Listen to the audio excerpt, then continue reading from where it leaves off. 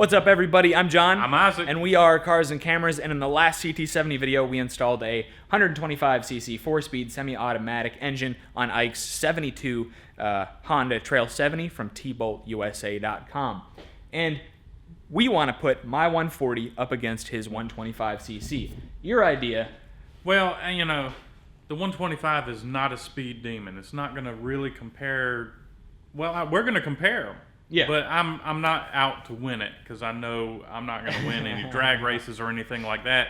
What I was after was fuel mileage, and I think I can get a little bit better fuel mileage with that 125 than the 140. We're going to find out. I think you're right. But we're going to compare rideability, just kind of how they handle, because once again, I have a full manual. He has a semi-automatic, fuel mileage, and of course, performance. Yeah. I also installed a bunch of other T-Bolt USA goodies on my bike, including some shorter oil lines, a new Kickstarter, and a new shifter lever. Really cleaned up the look on my bike. But speaking of range anxiety, I have something special up my sleeve today.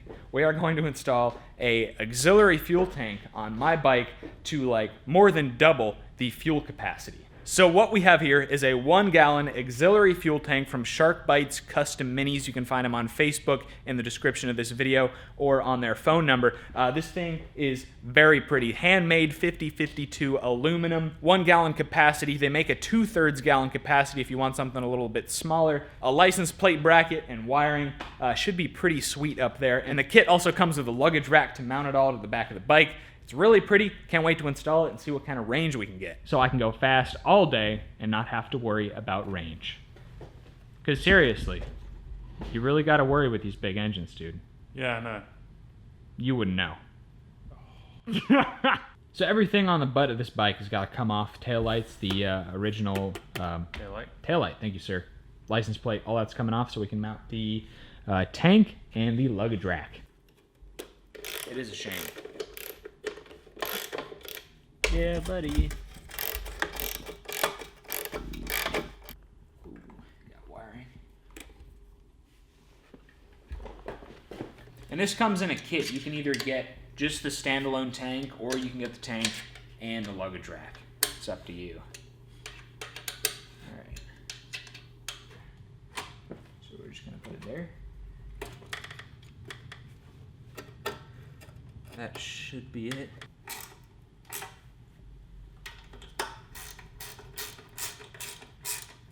Alright, it's looking good already, dude. Put the seat down, dude. Everything is going pretty well here. We've hooked up the electronics to the taillight here and the turn signals. We tested, everything looks good. So now we can install the tank. One thing that is super important to note, that you actually need to drill a hole in the frame of your bike. I'm not too concerned because it's not a primo bike, and like honestly, I'd rather have the extra range. But yes, you do need to put a small hole in your frame in a spot where no one's going to see it to run a fuel line. About pinky size. About Ike's pinky size. I mean, that's pretty standardized. It is. Measurement definitely. ratio. Yeah. Very standard. Roughly 1 Ike pinky size. So, you're going to need a dual feed petcock. You can pick one up at tboltusa.com. They sent us one for Ike's bike. And I'm going to block off one of the original tank lines. So this has a normal and a reserve on here, and basically when you run out of gas in normal, you switch it to reserve, you get another, I don't know, who knows, 10 miles or something like that, so you can go to a fuel station. Well, just as an example, you know. Yeah. So we're going to take the normal off, so we're just going to run reserve, and then we're going to plug our auxiliary tank into either the normal or the reserve, whichever one we decide. You are 3/4 full, dude. Okay. You got a match so I can check it? Please don't. Nah. Bad idea. Ike's going to start filling it up with our 95 octane Sunoco fuel.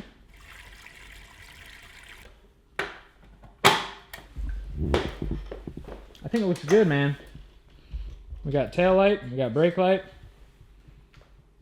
got turn signals. So we both finally have some time to go out on a ride. The weather is nice today to test out the 125cc versus the 140cc. One thing I did have to do, my fuel flow wasn't great originally out of that, but I just had to blow some air bubbles out of it. So I took the lid off here, and I took the lid off the original tank, put it on the off position so it'll backflow between each tank, and I just blew in here, and I got some bubbles, and then I blew in there, and I got some bubbles. And now everything should be fine. Should be. I haven't tested, to be honest. Yeah, we'll find out.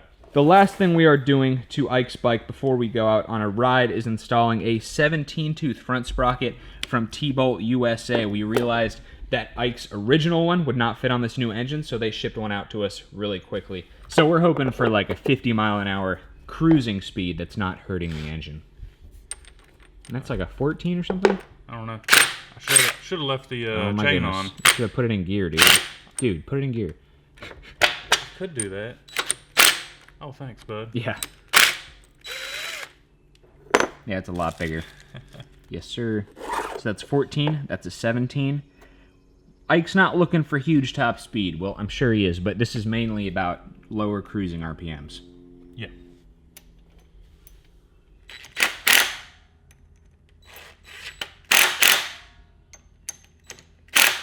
So we're all fueled up and we're ready to go. We're going to go on a 50-mile ride today. It's going to be the first long-distance ride on these bikes to a little town on the water. Its claim to fame is that Blackbeard the pirate actually had a hideout there. So we're going to go and get some pizza, and hopefully everything will be fine.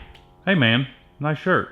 Oh, thank you. This is actually a prototype. We came up with the design ourselves. And I thought it'd be nice to throw a little bit of color in our merch lineup. Let us know if you want like white or black, or if you like this red. Should be on sale very shortly. You ready, buddy? Yeah, dude. Let's do it. All right. At this point, we were both having some problems with our throttle cables. With the twist grip wide open, we were only getting about 3/4 throttle, so we have to reach over and manually pull the throttle cable up on top of the carburetor. We called it hitting the nitrous. I gotta do one thing. Yeah, how's it doing? I didn't adjust my brake. Okay. Yeah, I moved the tire in, but I didn't do the brake. Yeah, I feel you. Should we stop and like give him a break at some point or not? I don't know. We'll see. You want to stop at the country estate?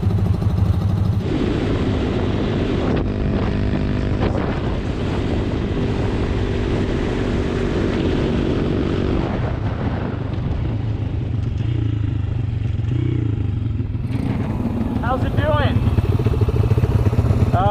It's doing okay, but I think my big issue is power now. Really? Yeah, it's not screaming, doing like 50 miles per hour. That's good. But for me to catch up to you, I gotta reach over and hit the nitrous over here. So I should let you set the pace. I think 50 will be fine. Okay. Sweet. Yeah. So, Trying to run? Huh? Trying to run? You want to race? Is that what you're saying? How about like a roll from second gear? Second gear? How about we go to the country estate? Okay, and we then run we can there. drag race Let's there. do it. All right. Good idea, ready? All right. Yeah.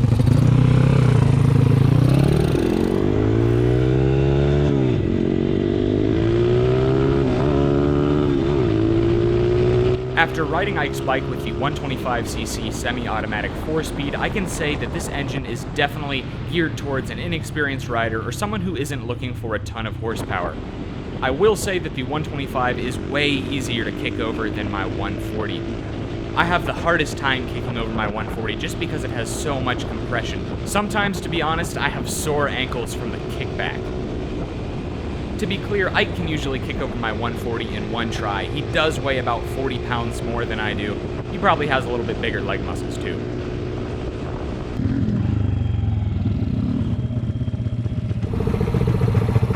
But I think we do a drag race. Drag race, okay. Yeah. You give me the brake? I'll give you the... Huh? I will give you the brake.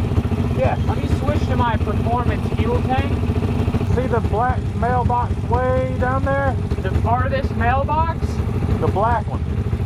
So the second mailbox. Second mailbox. Alright, we're racing to the second mailbox. Second mailbox. Come on.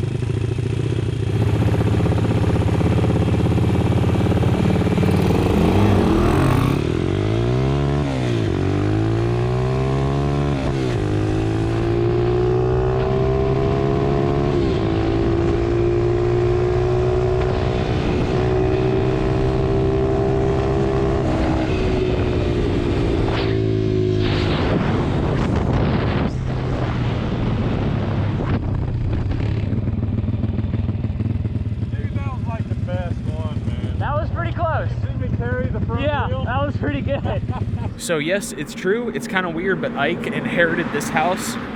I've been on the property before. I've never been in the backyard. It's kind of pretty back here, but I've never been in the house. Apparently it's got good roof, good floors, but the rest is in pretty bad shape. What? Oh, I'm over here looking for you. Yeah, I know. How is everything? It's fine. Doesn't look like anyone's broke in. That's good. Am I gonna check it out? Yeah, you can check it out. Sweet. A little afraid. So the light is on, dude? Yeah, I left that on. Oh, okay. One of the most disgusting places I've ever been, man. No offense. You're welcome. No offense, dude. Yeah. It's really moldy in here too. It's bad. Whew. Oh, dude. Oh. Ugh. Oh. All right. All right. This is not. I'm good, buddy. There's the upstairs. I've seen enough. Yeah, I've seen her upstairs. I've smelled enough. More like. Yeah. It'll be for sale. Oh, really? You're not gonna fix it up? Man, the more I look at it, the more I'm like, I don't want to deal with it. Yeah.